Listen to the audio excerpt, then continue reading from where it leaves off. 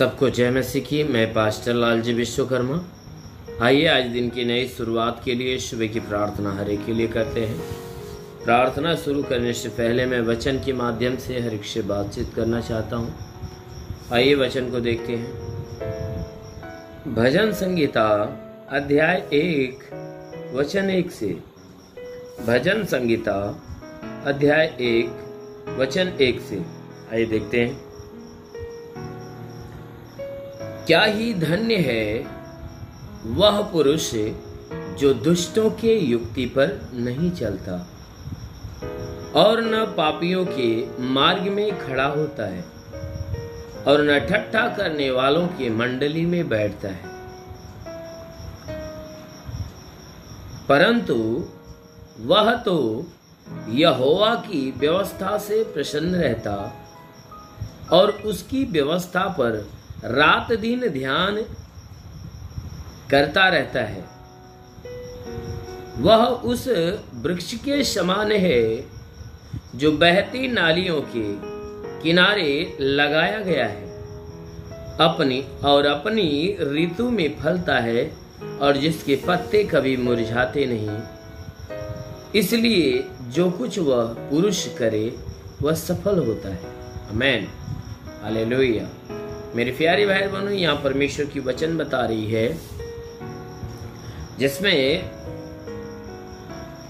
परमेश्वर का जो वचन है हमें बता रहा है कि क्या ही धन्य है वह पुरुष जो दुष्टों के युक्ति पर नहीं चलता। ये बाइबल बताती है कि जो व्यक्ति, जो पुरुष दुष्ट लोगों के युक्ति पर, उनके नियम, उनके विधि पर नहीं चलता, अर्थात जैसे दुष्ट जन कामों को करते हैं, उनका जैसा रहन सहन, जैसा स्वभाव, जैसे काम है, वचन कहती है कि जो कोई व्यक्ति उन दुष्टों के युक्तियों पर, उनके रहन सहन के समान रहन सहन, उनके कामों के समान काम नहीं करता, वह परमेश्वर की दृष्टि में धन्य है।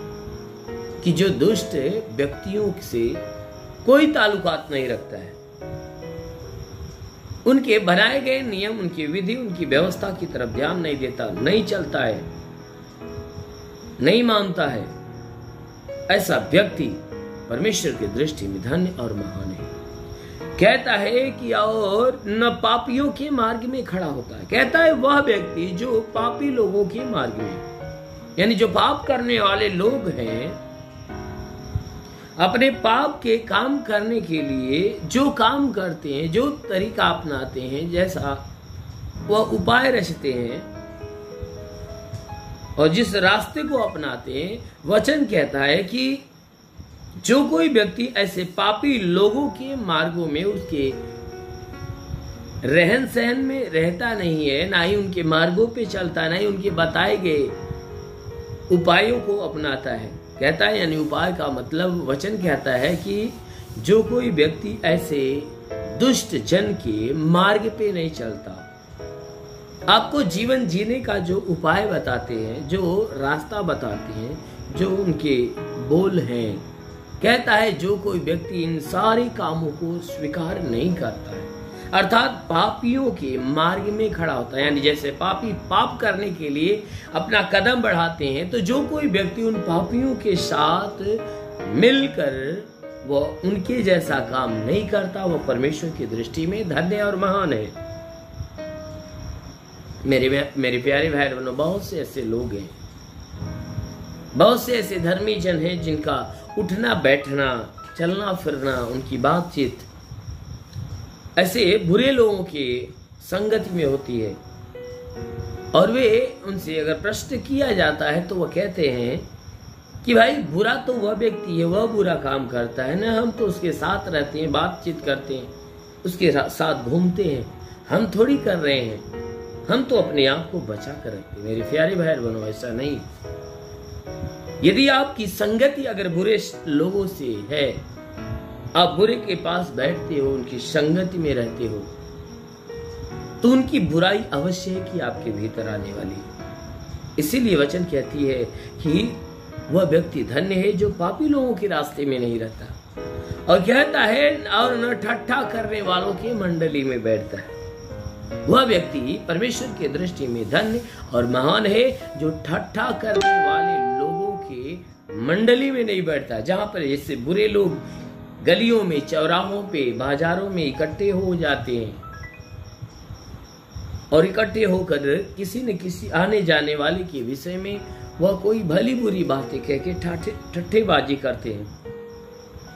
कहता है धन्य है वह व्यक्ति जो कोई ऐसे लोगों में सम्मिलित नहीं होता। कहता है वह व्यक्ति धन्य है जो दुष्टों की युक्ति पर नहीं चलता, न पापियों के मार्ग में खड़ा होता और ना ही ठट्ठा करने वालों की मंडली में बैठता है।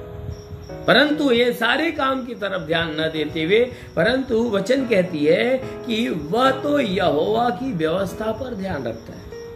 वह बुरे लोगों के कामों की तरफ ध्यान न रखकर परमेश्वर के विधि, परमेश्वर की व्यवस्था, परमेश्वर की आज्ञा पे ध्यान देता है और उसकी व्यवस्था पर रात दिन ध्यान रखता है। वचन कहती है बल्कि वह व्यक्ति यहोवा के यानी परमेश्वर की व्यवस्था, उसकी विधि, उसकी आज्ञा से प्रसन्न होता और उनके विधियों के ऊपर, आज्ञाओं के ऊपर रात दिन ध्यान देता है और उस आज्ञाओं का पालन करता है।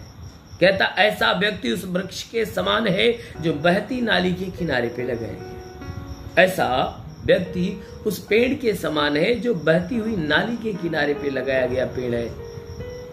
वचन कहती है कि वह अपने ऋतु पे फलता है। वह पेड़ क्या करता है कि जब उसके फलने का समय आता है तो वह फल देता है और ऐसे पेड़ के कभी पत्ते मुरझाने नहीं पाते। क्यों? क्योंकि उसके जड़ जो है पानी के सोते से मिली होती है। वचन कहती है कि इसलिए जो कुछ वह पुरुष करे वह सफल होता है। मेरे प्यारे भाई बहनों, इसीलिए वचन कहता है कि वह व्यक्ति जो परमेश्वर की सिद्ध व्यवस्था से प्रसन्न होता और रात दिन उस पर ध्यान देता है, कहता है ऐसा व्यक्ति जो है कि अपने जीवन में निराश नहीं होता, उदास नहीं होता, उसके जीवन में कभी उसके चेहरे पे छाइयां नहीं आती है, वो हमेशा मुस्कुराहट से भरा होता, आनंद से भरा होता है।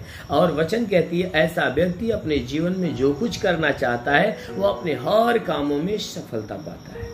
आमीन, हालेलुया। इसलिए मेरे प्यारे भाई बहनों, आप भी बुरे की संगति छोड़कर भले की संगति को अपनाओ, बुराई को छोड़कर भलाई को अपनाओ।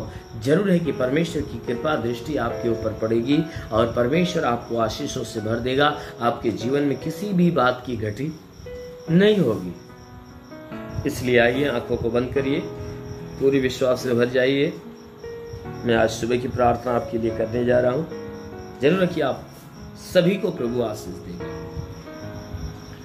ओ महान परमेश्वर, हम तेरा धन्यवाद, तेरी महिमा करते, आदर महिमा तुझे देते। पिता तू सच्चा है, राजाओं का राजा, गम विनाशी विराट परमेश्वर, तेरे जैसा कोई नहीं। तेरे चरणों पे झुके आसमान महिमा गाती जमी महान परमेश्वर प्रार्थना करते। पिता स्वर्ग से अपने लंबे छे दिव्य खून से लथपथ घायल हाथों को बढ़ा है परमेश्वर। जितने लोग प्रार्थना को सुन रहे पिता, हर एक के जीवन में तो अपनी महिमा की आशीष बरसा, ताकि ये परमेश्वर तेरी महिमा की आशीष हर एक के जीवन में फैलने पाए।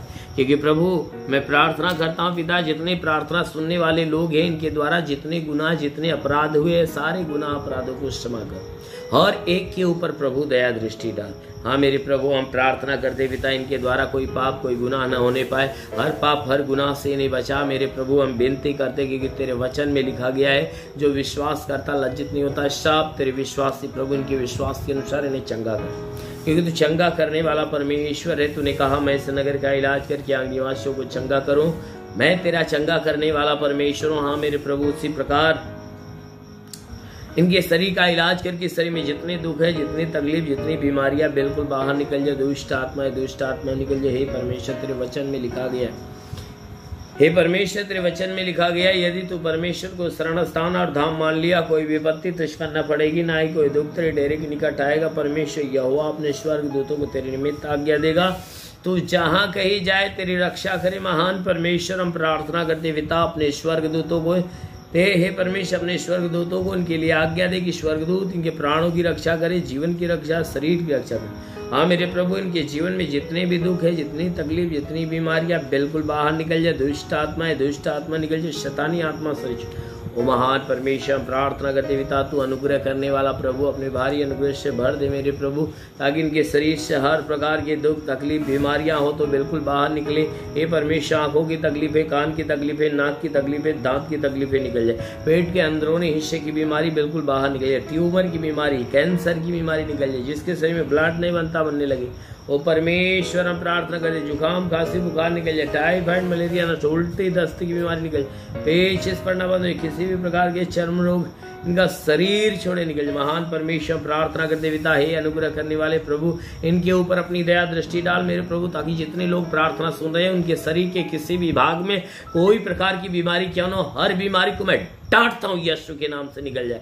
हाँ मेरे प्रभु, प्रार्थना करता हूं, इनके शरीर में कैंसर हो तो नष्ट हो जाए, HIV हो तो निकल जाए, ब्लड प्रेशर शुगर हो तो निकल जाए, प्रभु यीशु के नाम में हर बीमारी निकल जाए। हे परमेश्वर, जिसके शरीर में दुष्ट आत्माएं निकल जाए, दुष्ट आत्माएं निकल जाए।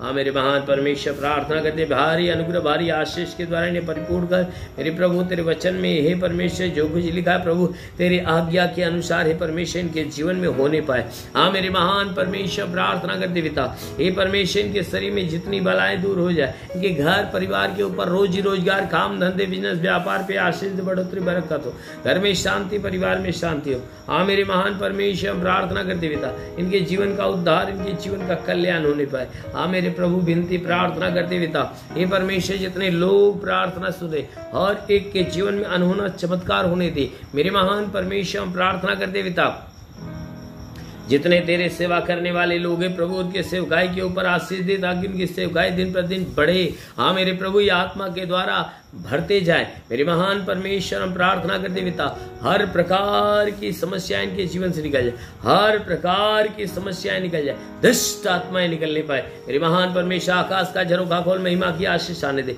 जितने लोग पढ़ाई लिखाई करने वाले हैं उनकी पढ़ाई लिखाई की क्षेत्र पे आशीष दे। हाँ मेरे प्रभु, पढ़ाई लिखाई में आगे बढ़े, जीवन का लक्ष्य को पूरा करे, जीवन में सदैव तेरे मार्ग पे चलने पाए। हाँ मेरे महान परमेश्वर, प्रार्थना करते पिता, अपनी भारी आशीषों के द्वारा इन्हें ढाप, ताकि तेरी आशीषों में पले बड़े और चंगे हो जाए। हाँ मेरे प्रभु, प्रार्थना करता, तूने हे परमेश्वर वचन में कहा, यदि तू परमेश्वर को शरण स्थान और धाम मान लिया, कोई भी विपत्ति तुझ पर न पड़ेगी, ना ही कोई दुख तेरे डेरे के निकट आएगा। परमेश्वर क्या हो अपने स्वर्गदूतों को तेरे निमित्त आज्ञा देगा, तू जहां कहीं जाए तेरी रक्षा।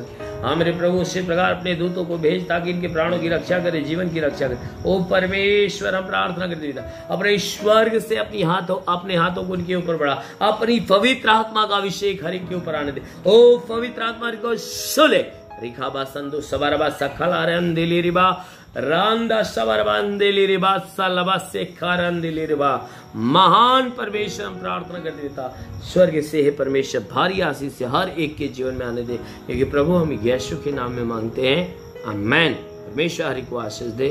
God bless you. धन्यवाद। सभी भाई बहनों को प्रभु आशीष दे। यदि आप सत्य मार्ग और जीवन सत्संग प्रार्थना केंद्र में आप अपना दान या 10वां अंश देना चाहते हैं तो इस अकाउंट नंबर पर भेजिए। हमारा अकाउंट नाम है लालजी विश्वकर्मा और हमारा अकाउंट नंबर है 4357020100897333 और IFC कोड है UBIN 054357 और बैंक का नाम है यूनियन बैंक और ब्रांच है पतरही जौनपुर UP या फोन पे या गूगल पे के द्वारा अपना दान या 10वां अंश देना चाहते हैं तो फोन पे नंबर है 8795130321 पर अपनी भेंट देकर प्रभु यीशु से आशीष को ग्रहण कीजिए। और यदि आप हमारे चैनल को सब्सक्राइब नहीं किए हैं तो कृपया इस चैनल को सब्सक्राइब और लाइक कर दीजिए और बेल को दबा दीजिए, जिससे हमारे चैनल के हर वीडियो का नोटिफिकेशन आपके मोबाइल फोन पर पहुंच जाएगा और आप आसानी से हर रोज की प्रार्थना सुनकर प्रभु यीशु के आशीष को ग्रहण कर पाओगे। धन्यवाद। प्रभु यीशु आपको आशीष दे। आमीन।